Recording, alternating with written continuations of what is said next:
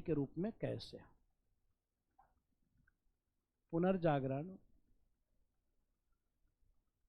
व्यावसायिक क्रांति के रूप में कैसे? व्यावसायिक क्रांति के रूप में कैसे?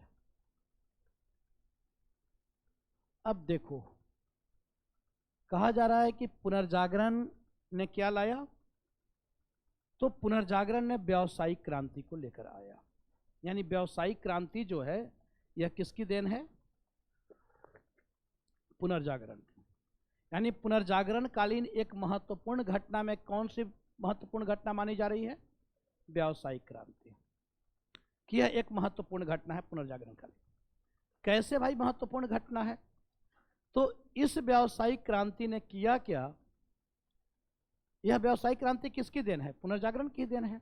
अगर भौगोलिक अन्वेषण नहीं हुआ होता, अगर कुस्तनुतुनिया का पतन नहीं हुआ होता, तो क्या विश्व की खोज होती?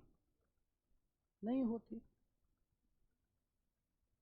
अब चूंकि अगर आपको कोई चीज आसानी से मिल जा रहा है, मान लो यही जिस जॉब के लिए आप आज बैठे हो, यह जॉब आपको आसानी से मिल जाता, पैसे से मिल जाता, तो आप मेहनत करते? कोई मेहनत नहीं करता। फिर पैसा इकट्ठा करने का प्रयास करता, पैसा इकट्ठा करते हैं। आज भी स्टेट पीसीएस में बहुत ऐसे आयोग हैं, बहुत ऐसे कमीशन हैं जो पूरा का पूरा सीट ही बेच डालते हैं, जैसे हरियाणा पीसीएस। इसलिए आप देखते हो कि जब हरियाणा पीसीएस में जब गिरफ्तारी होता है तो आयोग के अध्यक्ष तक गिरफ्तार होता है। चल गया तो चल गया, और नहीं चला तो फिर कैंडिडेट ही नहीं पकड़े जाएंगे, चेयरमैन भी पकड़े जाएंगे, सब जेल में फिर चले जाते हैं। झारखंड पीसीएस कुछ अब हैं एग्जाम्पल हैं कि वहाँ पे फिक्स है, निकल गए तो निकल गए, और नहीं तो अगर भेद खुल गया तो भेद खुला तो फिर चेयरमैन तक जेल में होंगे। तो यह आप देख रहे हो कि अब चूंकि यह व्यावसायिक क्रांति क्यों हुआ? कुस्तनुतुनिया के पतन के कारण वैश्विक खोजें हुई, और इसी वैश्विक खोज के कारण फिर क्या हुआ कि अब केवल विश्व को खोजा ही नहीं गया, बल्कि उन देशों के साथ संबंध स्थापित किया गया, उन देशों के साथ व्यापार किया गया। और व्यापार किया गया तो इस व्यापार एक कोई छोटे स्तर का व्यापार नहीं रहा, बल्कि इस व्यापार में एक बड़ा परिवर्तन देखा गया। इसने पूरी व्यवस्था को बदल डाला। अगर यह व्यापार नहीं होता, यूरोप में समृद्धि नहीं आती, यूरोप में समृद्धि नहीं आती, शिक्षण संस्थान नहीं बनते, शिक्षण संस्थान नहीं होता, वहाँ के लोगों की सोच में परिवर्तन नहीं होता, धार्मिक कुरीतियों को दूर नहीं किया जाता, यूरोप में बदलाव ही नहीं होता। तो ये पूरे बदलाव की जड़ें हम वहाँ से देख रहे हैं। अब जब ये सारी चीज़ें हुई तो इसने किया क्या? इस व्यावसायिक क्रांति ने, तो इस व्यावसायिक क्रांति ने दो बड़े काम को किया। इसने एक तो इसने दो परिवर्तन लाया। एक क्या परिवर्तन? एक तो उत्पादन के साधन में इसने परिवर्तन लाया, उत्पादन के साधन बदल गए, उत्पादन के साधन में परिवर्तन आ गया इसी व्यावसायिक क्रांति के कारण। अब उत्पादन के साधन बदल गए। अब उत्पादन के साधन बदले कि अब आपको श्रेणी व्यवस्था नहीं रही, बल्कि श्रेणी व्यवस्था की जगह क्या हो गया? घरेलू पद्धति का विकास हुआ, घरेलू पद्धति का विकास। अब हम श्रेणी संगठन के अधीन नहीं रहे कि हम मिलजुल कर बनाए, अरे हम खुद बना लेंगे, हम खुद बेच लेंगे, हम खुद ले आएंगे। तो यह आप देख रहे हो कि उत्पादन के साधन में परिवर्तन आया। और परिवर्तन क्या आया? तो परिवर्तन आया कि अब श्रेणी व्यवस्था की जगह, श्रेणी व्यवस्था की जगह, व्यवस्था की जगह क्या हुआ?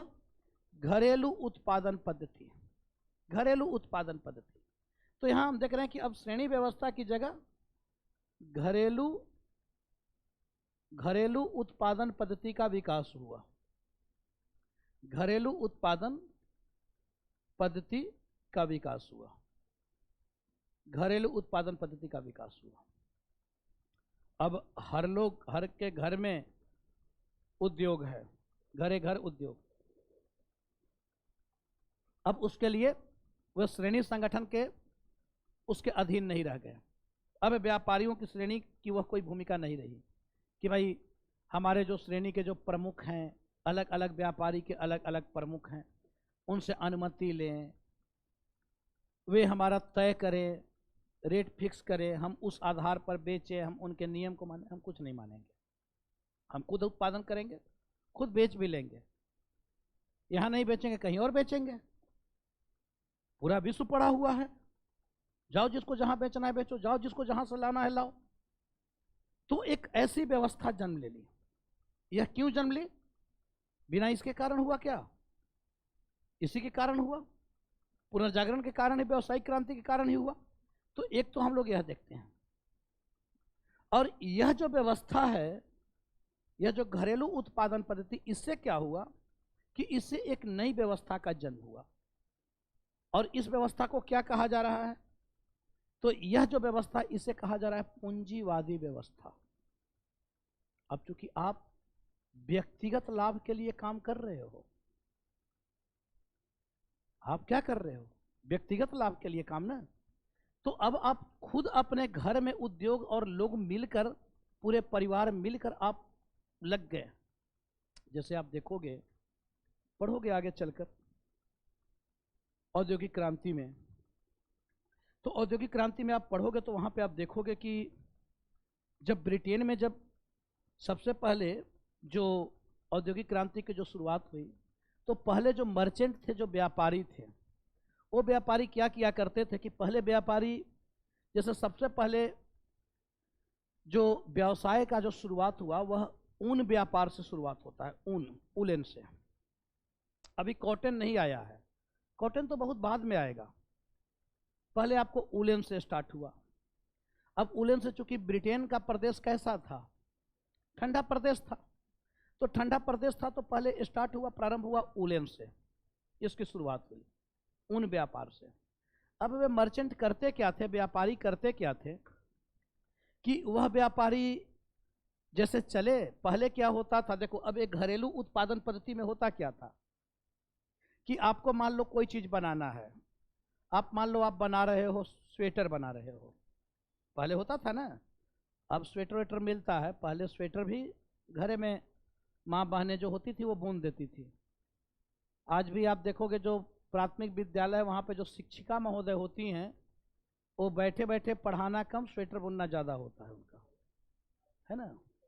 तो अभी भी थोड़े बहुत उस प्रजाति के लोग जीवित हैं, जो पता चला कि टेबल कुर्सी पे बैठे हुए बच्चे को बोले कि हाँ चलो लिखो, उसके बाद अपना उद्योग में वे लग गए, वहीं पे ऊन रखे हुए हैं बैग में, और उसके बाद अब अपना व्यवसाय में लग गए, वो लगे बनाने अपना स्वेटर टोपी। ये पहले ज़्यादा होता था।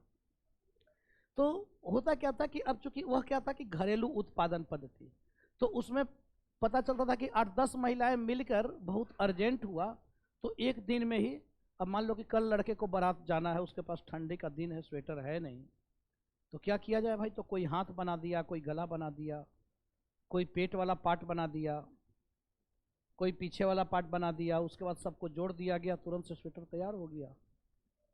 ठीक है। अच्छा, आज यही चीज़ें आप देखोगे, आज यही चीज़ें वस्त्र उद्योग में आप देखोगे। अब जो आप कपड़ा पहनते हो, जो शर्ट पहने हो, तो इस शर्ट का कॉलर तुम्हारा कहीं अलग बना होगा, इसका बाजू कोई अलग बनाने वाला होगा। ठीक है, वो अलग अलग होता है। इसका हाथ का जो पट्टी होता है वो कहीं अलग तैयार हुआ है, बस उसको एक आदमी है जो उसको सबको जोड़ने का काम कर रहा है, एक आदमी जो केवल कॉलर बनाने का काम कर रहा है, उसके पास उतना रखा हुआ है, इतना कॉलर तुमको बनाना है, उसके बाद उठा के उसको फेंक दिया गया, उसको काम कुछ नहीं, उसका काम केवल मशीन लेकर खट खट खट खट कॉलर बनाते गया हो। दूसरा आदमी है वो हाथ का वो बनाते गया पट्टा, तीसरा आदमी केवल बाजू बनाया, चौथा जगह कहीं वो और कुछ और हो रहा है, और पूरा शर्ट आपको बन गया। उसके बाद सब मिला, एक एक पकड़ा, उसको सबको एक साथ मैचिंग कर दिया, जहां जहां उसको ज्वाइंट है वहां उसको सिल दिया, कंप्लीट हो गया। तो यह क्या था? एक घरेलू उत्पादन पद्धति था, जिसमें परिवार के लोग मिलजुल कर क्या करते थे, यानी अगर कोई मान लो कि व्यापारी है, उसको व्यापार करना है, तो अभी तो वो नहीं आया है ना, टेक्नोलॉजी अभी थोड़ा ही आया है, टेक्नोलॉजी तो बहुत बाद में आएगा, तकनीक तो बहुत बाद में आएगा, अभी तो श्रम ही चल रहा है। तो लोग क्या करते थे कि सभी लोग मिलजुल कर, पूरे घर के लोग, पूरे घर के परिवार वो लग जाते थे प्रोसेसिंग में। कोई पता चला कि ऊन को, अब ये जो मर्चेंट जो थे, यहाँ से एक आउटसोर्सिंग की शुरुआत होती है। विश्व की सबसे पहली आउटसोर्सिंग, आउटसोर्सिंग समझ रहे हो ना? अब तो पूरा विश्व ही आउटसोर्सिंग पे चल रहा है, बहुत सारे रोजगार आउटसोर्सिंग पे चल रहे हैं। आप लोग देखते हो आज बहुत सारे कॉल सेंटर खुले होते हैं, तो क्या करते हैं? आउटसोर्सिंग ही तो है। आज जो आप कॉल सेंटर को देखते हो महानगरों में, पहले क्या था? वो कॉल सेंटर महानगरों में खुला करते थे, अब छोटे छोटे नगरों में खुलने लगे। क्यों खुल रहे हैं? क्योंकि यूरोपीय देशों में श्रम जो है वो महंगा है, वो बहुत महंगा है। क्योंकि क्यों महंगा है? तो वहां पे जनसंख्या कम है। अब जनसंख्या कम है तो श्रम तो महंगा होगा। अब ऐसे में वहां पे उस श्रम को वे करवा नहीं सकते हैं, क्योंकि उनको ज्यादा कॉस्ट पड़ रहा है। अब मान लो वहां पे कोई बैंक है, यूरोपीय बैंक है, तो यूरोपीय बैंक है तो उसके कर्मचारी जो होंगे वो काफी महंगे पड़ जाएंगे, बड़े वेतन देना पड़ेगा, क्योंकि लोग ही नहीं है, कम है संख्या, जनसंख्या कम है। भारत की तरह थोड़े ही है, चीन की तरह थोड़े ही है, और हम तो चीन से भी आगे निकल गए हैं। ये करवाओ जितना आउटसोर्सिंग करवाना है, हम तैयार हैं। तो दोनों तरफ से आउटसोर्सिंग चल रहा है। एक हमारा इधर अलग आउटसोर्सिंग चल रहा है भारत में, उधर से वो आउटसोर्सिंग। अब दो तुम सामान हम आदमी तैयार करते हैं, तो यहाँ पे अपना लगे हुए हैं लोग जनसंख्या वृद्धि में, कि कभी भी श्रम की समस्या नहीं होगी। हम भारतीय बड़ा उदार रहे हैं विश्व को लेकर, ऐसे ही हम लोग नहीं कहते हैं हमारा कल्याण हो, विश्व का कल्याण हो। हमारे यहाँ स्लोगन भी लगता है तो यही कहा जाता है ना, हम केवल अपने सुख सुविधा की बात थोड़ा ही करते हैं, अपने लिए चिंता थोड़ा ही करते हैं, हम विश्व की चिंता करते हैं। और विश्व को बोलते हैं कि तुम चिंता मत करो, हम हैं, जब तक हम हैं तब तक चिंता नहीं करने देंगे, ठीक है? जनसंख्या को लेकर तुमको चिंतित नहीं होना है, वो हमारा विषय है। तो तो ये हम लोग अपना उसमें लगे रहते हैं। तो यहाँ आप देख रहे हो, तो अब चूंकि जो घरेलू उत्पादन पद्धति था, तो यहाँ पे हुआ क्या कि ब्रिटिश लोग जो थे, वो ब्रिटिश लोग पहले जो व्यापारी जो निकले, जो उनके व्यापारी थे, तो पहले उनको करना होता था कि अगर आपको कोई चीज़ बेचना है तो उसका खुद निर्माण करना होगा और तब फिर उसको बेचना होगा। तो इन व्यापारियों ने सोचा कि भाई क्यों न इस काम को थोड़ा और बढ़ा दिया जाए। तो कैसे बढ़ाया जाए? तो वे लोग किए कि भाई यहाँ पे ऐसा किया जाए कि हम लोग चलते हैं गांव की ओर, और गांव में जाकर और गांव के लोगों को इसमें लगा देते हैं। क्योंकि ऐसे भी ठंडे के टाइम में ब्रिटेन में गांव के लोग खलिहर थे, बैठे रहते थे, क्योंकि वहाँ का मानसून ऐसा था कि सालों भर खेती होती नहीं थी। वर्ष के जो 3-4 महीना था वह बड़ा ही काटना उनको मुश्किल हो जाता था, इतनी ठंडी होती थी कि लोग घर में ठिठुरे रहते थे, खेती हो नहीं सकता है, ठंडी ज़्यादा है। तो उस समय क्या किए कि जो मर्चेंट थे, व्यापारी, उन व्यापारियों ने क्या किया कि वे पहुंचते हैं पहले फार्म हाउस, भेड़ फार्म हाउस, जहाँ पे भेड़ों का जो फार्म हाउस था, वहाँ से वे लेते हैं भेड़ों के कॉटन, उनके रुई, क्योंकि उसी से बनाया जाएगा ना उलेन, ऊन, उसके बाल से ही बनेंगे। तो वे लोग वहाँ से लेते हैं और लेकर फिर चले जाते हैं गांव की ओर। व्यापारी गांव जाते हैं तो गांव वाले को बोलते हैं कि भाई ऐसा करो कि ये लो ऊन, कच्चा माल, और इससे हमें तैयार करके दे दो, हम मिलते हैं 5 महीने बाद। गांव के लोगों को लगा कि भाई खलिया तो बैठे हुए थे, ऐसे भी काम तो कुछ था नहीं, खेती वेती अभी कर नहीं सकते हैं, ठंडी का महीना है, तो चलो कम से कम कुछ तो रोजगार तो हमारे पास है। खेती भी ऐसी नहीं थी कि बहुत ही वह फायदेमंद हो। तो गांव के लोगों ने उन मर्चेंट से, व्यापारियों से वो ठेका ले लिया कि दे दो। अब गांव के जो लोग थे, परिवार के जो लोग थे, अपनी क्षमता के अनुसार, अपने परिवार के अनुसार उतना उतना ऊन ले लिए, दो, और लग गए लोग प्रोसेसिंग में। कोई उसको धागा बनाने लगा, कोई उस धागे से कपड़े बनाने लगा, प्रोसेसिंग चल रहा है। परिवार के सभी सदस्य लग गए उसमें, कोई चरखा चला रहा है, कोई करधा चला रहा है, चरखा करधा आ चुका है। अब इस तरीके से चीजें चलने लगी। कोई धागे को लपेट रहा है, अब पूरा कपड़ा बनकर तैयार हो गया। उसके बाद 5 महीना बीता, मर्चेंट आए, व्यापारी आए, बोले कि भाई कपड़ा दो और पैसा लो। गांव के लोगों को तो उम्मीद भी नहीं कि इसके जगह हमको पैसा भी मिलेगा। उनको लगा कि तो एक तो हमारा खाली टाइम में हमारा समय कटा, नहीं तो हम घर में बैठे रहते, कम से कम इसमें हम लगे रहें। अब डबल फायदा हुआ गांव के लोगों को कि अब खाली टाइम में भी हमें पैसा आने लगा। तो वे लोग पूरे प्रोसेसिंग में लगे, लेकिन ये व्यवस्था बहुत लंबे समय तक चल नहीं पाई थी, क्योंकि आगे चलकर टेक्नोलॉजी आ गया। और जब टेक्नोलॉजी आया तो अब मर्चेंट जो थे वे गांव की ओर जाने नहीं लगे, बल्कि अब नए नए टेक्नोलॉजी आ गए। जहां आदमी की आवश्यकता ही नहीं थी, वहां पे वो टेक्नोलॉजी से ही वो काम हो जाता था। मशीन करने लगा, मशीनीकरण हो रहा है। तो अब मशीनीकरण होने लगा तो वह काम मशीन करने लगा। अब गांव वाले इंतजार करते रह गए, आंखें थक गई इंतजार करते करते, लेकिन व्यापारी गए नहीं। तब उन्हें एहसास हुआ कि अब तो हम गए काम से, अब वो आने वाले हैं नहीं।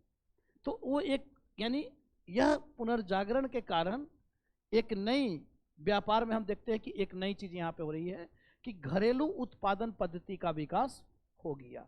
अब घर जो है वह घर ही उद्योग बन गया और सभी लोग छोटे मोटे उद्योग से जुड़ जाते हैं। तो एक तो उत्पादन साधन में, यानी यहाँ पे हम देख रहे हैं कि उत्पादन के साधन में परिवर्तन आ गया। ये परिवर्तन किसके कारण? व्यावसायिक क्रांति के कारण। अब पूरा बदल गया। इससे क्या हुआ कि अब जब घरेलू उत्पादन पद्धति का विकास हुआ तो इस घरेलू उत्पादन पद्धति के विकास होने के कारण क्या हुआ कि एक नई व्यवस्था जन्म ली। और वह व्यवस्था क्या कहलाई? तो यह व्यवस्था कहलाई पूंजीवादी व्यवस्था। पूंजीवादी व्यवस्था। अब एक नई व्यवस्था जन्म ले ली। आ गए कैपिटलिस्ट, आ गया पूंजी।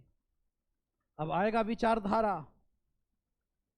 अब आएगा विचारधारा। कैसे यूरोप बदल रहा है, यही सब चीज आगे आप बढ़ोगे ना। पूंजीवाद, राष्ट्रवाद। तो बिना पुनर्जागरण को समझे आप समझ जाओगे क्या कि आखिर वो पूंजीवादी कहां से आए, पैसा कहां से इतना आ गया, कैसे लोग अमीर हो गए और कौन थे वे अमीर लोग। तो इसके लिए इसको समझना जरूरी है या नहीं?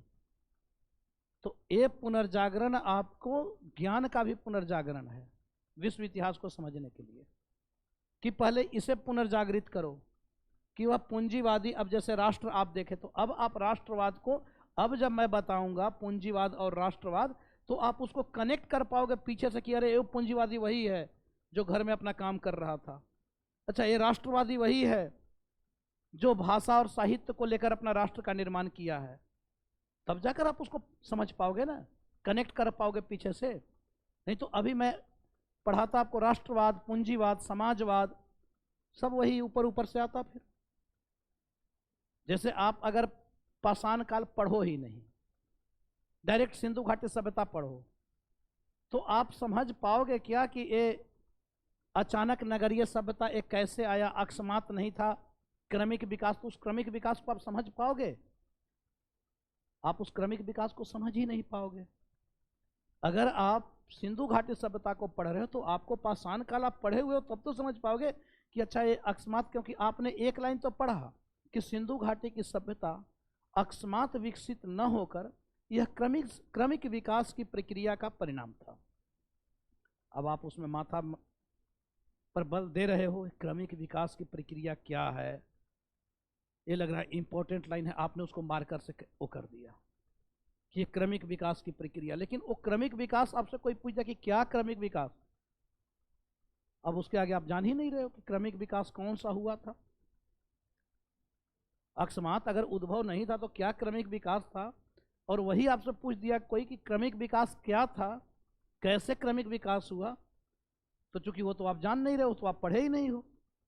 तो इसी तरीके से आगे जो हम लोग अन्य जो विचारधारा को जानेंगे, जो पूंजीवाद, राष्ट्रवाद, समाजवाद, उपनिवेशवाद, ये सब तब समझ पाएंगे ना जब इसको हम समझ पाएंगे। तो इसे जानना जरूरी है ना। तो यहां हम लोग देख रहे हैं कि एक नई व्यवस्था का जन्म हुआ और यह व्यवस्था किस नाम से जानी जा रही है? पूंजीवादी व्यवस्था। और इसी पूंजीवादी व्यवस्था से फिर क्या होगा आगे जाकर, अब एक और चीजें विकसित होंगी, एक और चीजें विकसित होंगी, और वह क्या होगा, आधुनिक फैक्ट्री प्रणाली। अब ये फैक्ट्री को स्थापना कौन कर रहे हैं, ये फैक्ट्री स्थापित कौन कर रहे हैं, यही लोग हैं ना, मिलजुल कर फैक्ट्री बनाएंगे। तो इससे क्या होगा, आधुनिक फैक्ट्री प्रणाली का विकास होगा, आधुनिक फैक्ट्री प्रणाली। क्योंकि अब व्यापार जो है वह विश्व के देशों के साथ किया जा रहा है, तो मजबूती के साथ करो, चलो फैक्ट्री स्थापित करते हैं, कारखाना पद्धति।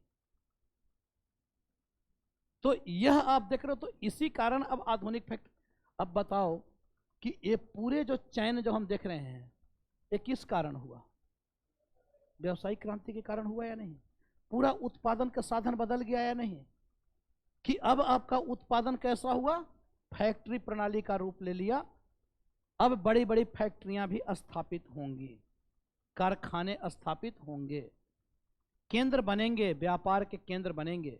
विश्व के देशों के साथ व्यापार कर रहे हो आप छोटा व्यापार नहीं कर रहे हो, तो उसके लिए व्यापारिक केंद्र बनेंगे।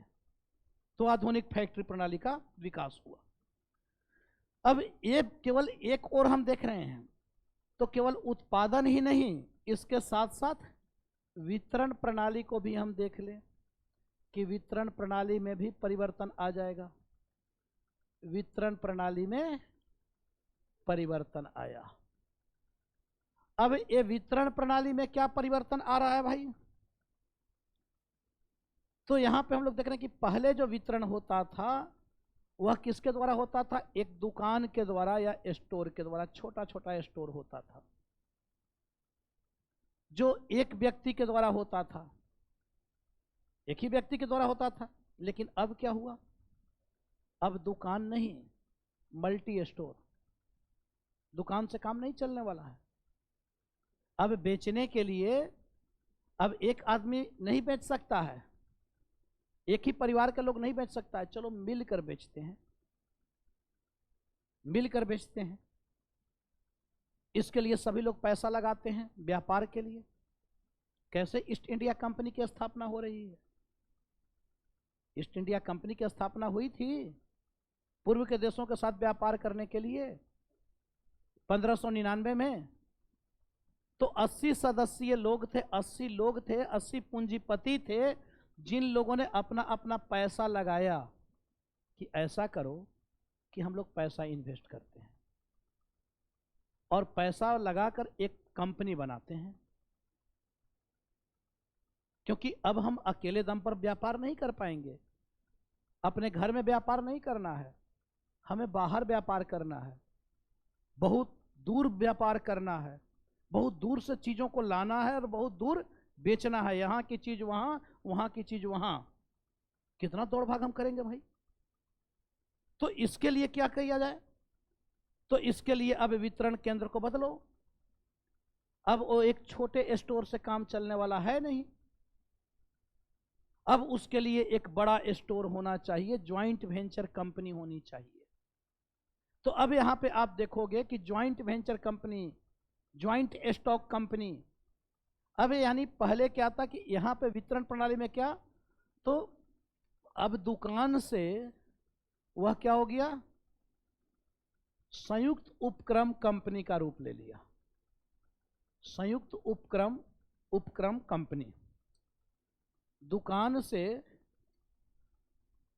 संयुक्त उपक्रम कंपनी का रूप लिया, ज्वाइंट वेंचर कंपनी का रूप ले लिया।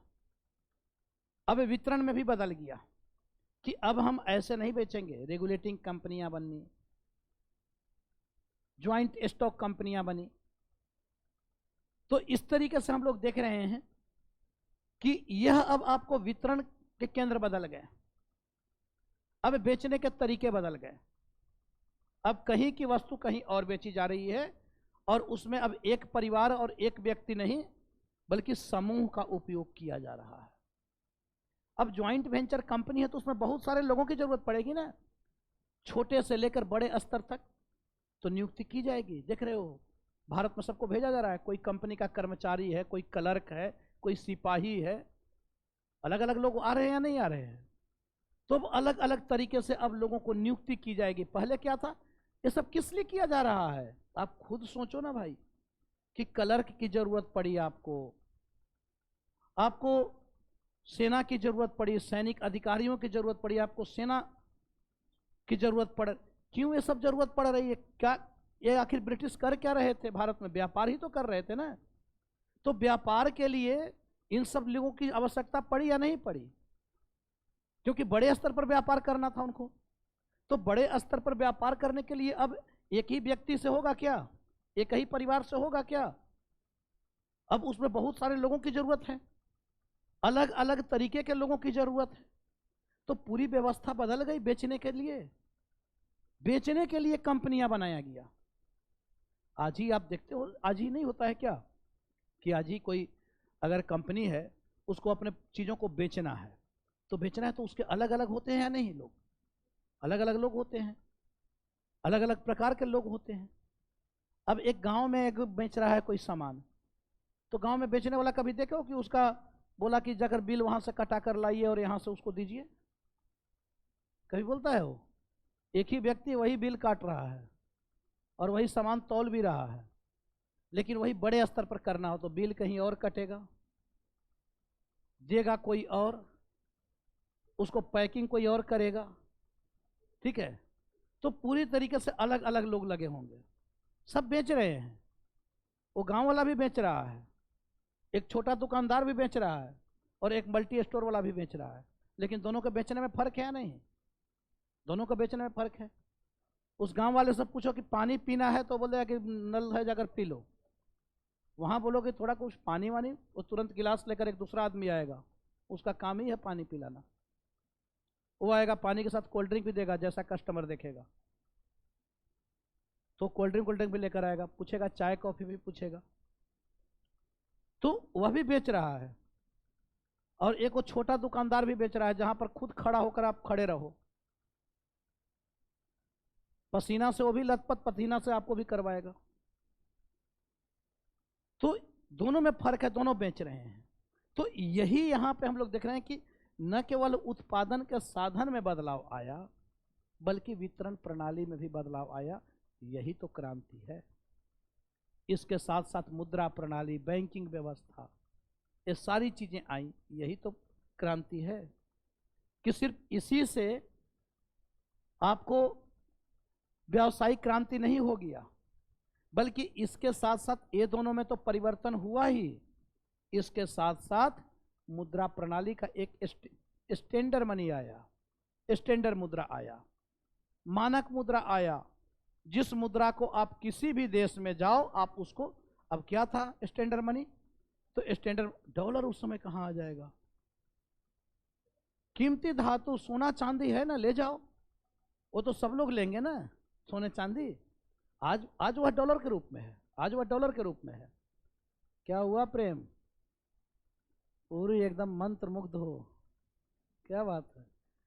इसीलिए थोड़ा सा कम खाया करो जब ब्रेक हो, तो ज्यादा खाओगे ना तो वही दिक्कत है। हैं? क्या चीज का? अच्छा, ऐसे ही पतला है? नहीं तो दिखने में लोग पतले होते हैं, उसको खाने से कंपेयर मत करो, है ना। जरूरी नहीं कि जो मोटा है वो बहुत खाता होगा, तो मोटे हो तुम इससे ज्यादा नहीं खाते होगे। कभी एक साथ बैठ कर देख लेना, आज ही कंपटीशन कर लो। हैं? 3-4 रोटी ये खाता है? अच्छा। तो यहाँ पे हम लोग देख रहे हैं कि ये पूरी व्यवस्था कैसे व्यावसायिक क्रांति, तो व्यावसायिक क्रांति चूंकि इसमें परिवर्तन आया, इसमें परिवर्तन आया, इसके साथ साथ नई मुद्रा प्रणाली का विकास हुआ। क्या हुआ? तुम भी उसी अवस्था में थे क्या? हैं? अच्छा, क्यों क्यों नींद लग रही है? तो मैं इसीलिए नहीं खाता हूँ, कम खाता हूँ दोपहर में, लिक्विड पे ज़्यादा, तो ज़्यादा से ज़्यादा लिक्विड पे रहो, ठीक है। तो यहाँ पे एक तो इसमें हम लोग देख रहे हैं कि उत्पादन साधन में, वितरण प्रणाली में परिवर्तन आया। अब वो लिक्विड दूसरा लोगे तो और नींद आएगी। तो लिक्विड का कुछ और अर्थ मत लगा लेना कि लिक्विड बोले हैं तो दिन में ही लगा के आए। और सर बताइए क्या हाल है? तो वो वाली नहीं। तो यह हम लोग देख रहे हैं कि उत्पादन साधन में परिवर्तन आया, वितरण प्रणाली में परिवर्तन आया, मुद्रा प्रणाली का विकास हुआ। ठीक है, मुद्रा प्रणाली का विकास हुआ, मुद्रा प्रणाली का विकास हुआ, मुद्रा प्रणाली का विकास हुआ। ठीक है, इसके साथ साथ बैंकिंग प्रणाली का विकास हुआ, बैंकिंग प्रणाली का विकास हुआ, बैंकिंग प्रणाली का विकास हुआ। आसानी से पैसा लो, दिक्कत है नहीं। अब इतनी चीजें अगर होंगी, इसके साथ साथ तकनीक आया, तकनीक भी तो आ रहा है, टेक्नोलॉजी, तकनीक, नई नई तकनीक। अब इतनी चीजें अगर होंगी, वाष्प शक्ति का आविष्कार हो गया, हुआ वाष्प शक्ति, और इसी स्टीम शिप पर बैठकर अंग्रेजों ने पूरे विश्व को पीटा है, लेकिन उन्होंने उस टेक्नोलॉजी को शेयर किसी से नहीं किया, ये जो स्टीम शिप उनका था। तो अब इन सारी चीजों का विकास हुआ, तो यह तो अब क्रांति तो होगा ही। और ये सब क्यों हो रहा है? पुनर्जागरण के कारण। इसके साथ साथ हम लोग देख रहे हैं, तो पुनर्जागरण के कारण फिर क्या हो रहा है? तो वाणिज्यवाद का विकास होगा। वाणिज्यवाद, यह आपको वाणिज्यवाद जो है, यह व्यावसायिक क्रांति का ही विकसित रूप है। आगे चलकर फिर क्या हो जाएगा? वाणिज्यवाद। अब वाणिज्यवाद क्या है? वाणिज्यवाद, वाद है तो कोई ना कोई तो सिद्धांत होगा। अब यह क्या है? तो वाणिज्यवाद आप देख रहे हो तो व्यावसायिक क्रांति का ही एक विकसित रूप है वाणिज्यवाद, जिसे बुलियनवाद कहा जा रहा है। कीमती धातुओं का संग्रह करना, कीमती धातुओं का संग्रह करो। वाणिज्यवाद क्या है? वाणिज्यवाद किस पर बल दे रहा है? वाणिज्यवाद का बल किस पर है? नहीं, आयात को क्या करो? कम करो। निर्यात को क्या करो? बढ़ा दो। तो अब नई विचारधारा आई व्यावसायिक क्रांति के कारण, पुनर्जागरण के कारण व्यावसायिक क्रांति हो रहा है। इसमें क्या हो रहा है? तो वाणिज्यवाद जैसी विचारधाराएं सामने आई, जिसमें क्या कहा जा रहा है कि आयात को कम, निर्यात को बढ़ाओ। तो आयात कम हुआ और क्या बढ़ गया? निर्यात ज्यादा करो। अब इसके लिए क्या करना होगा? एक कैसे होगा?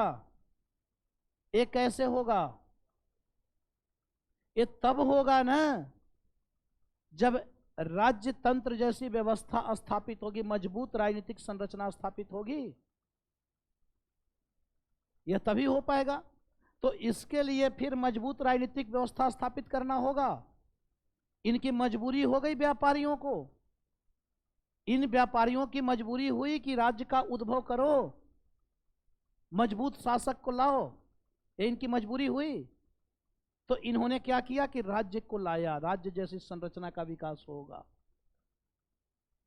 ये राज्य को तो लाए हैं, लेकिन फिर राज्य के साथ इनका टकराव हो जाएगा। जब राज्य ज्यादा शक्तिशाली होगा तो ये बोलेंगे कि देखो हमें छोड़ दो, दूसरे को पकड़ो। यानी फिर नए नए सिद्धांत आएंगे, और नए नए सिद्धांत आएंगे तो फिर शक्ति का पृथक्करण की बात किया जाने लगेगा। फिर मॉन्टेस्क्यू जैसा चिंतक भी आएगा जो बोलेगा कि नहीं नहीं, गलत है, एक ही व्यक्ति के हाथों में सत्ता नहीं होनी चाहिए, शक्ति नहीं होनी चाहिए, विभाजित करो शक्ति को। फिर रूसो का सिद्धांत आएगा कि प्रकृति के नियम की तरह राज्य के नियम होने चाहिए, प्रकृति के नियम की तरह राज्य के नियम होने चाहिए।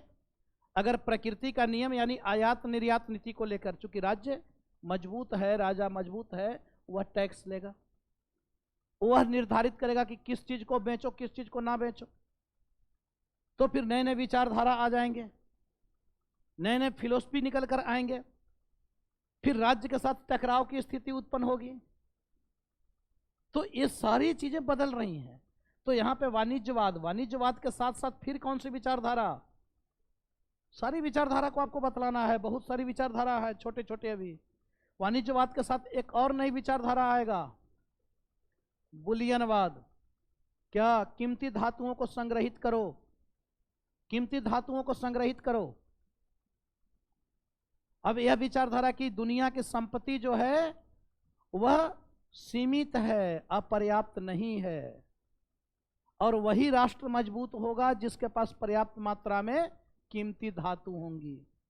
आगे चलकर वही राष्ट्र मजबूत होगा जिसके पास पर्याप्त मात्रा में कीमती धातु होंगे। तो इसलिए क्या करो, तो इसके लिए क्या करो, बुलियनवाद के लिए, तो इसके लिए फिर बढ़ो आगे, और आगे बढ़ो तो क्या करो, उपनिवेश बनाओ, अमेरिका से चांदी लाओ, भारत में वस्तु खरीदो उस चांदी से, ब्रिटेन में लेकर जाओ और पूरे विश्व में बेच डालो। कितना बड़ा परिवर्तन है, छोटी मोटी है घटना। तो यह आप देख रहे हो। तो इसी से आगे क्या हो रहा है, नई विचारधारा के रूप में उपनिवेशवाद जैसी विचारधारा। अभी बहुत सारी चीजें आप आगे पढ़ोगे, लेकिन इन सब के बीजारोपण यहां पे हो रहा है। अब बताओ जीएस और ऑप्शनल में फर्क है या नहीं है, हैं?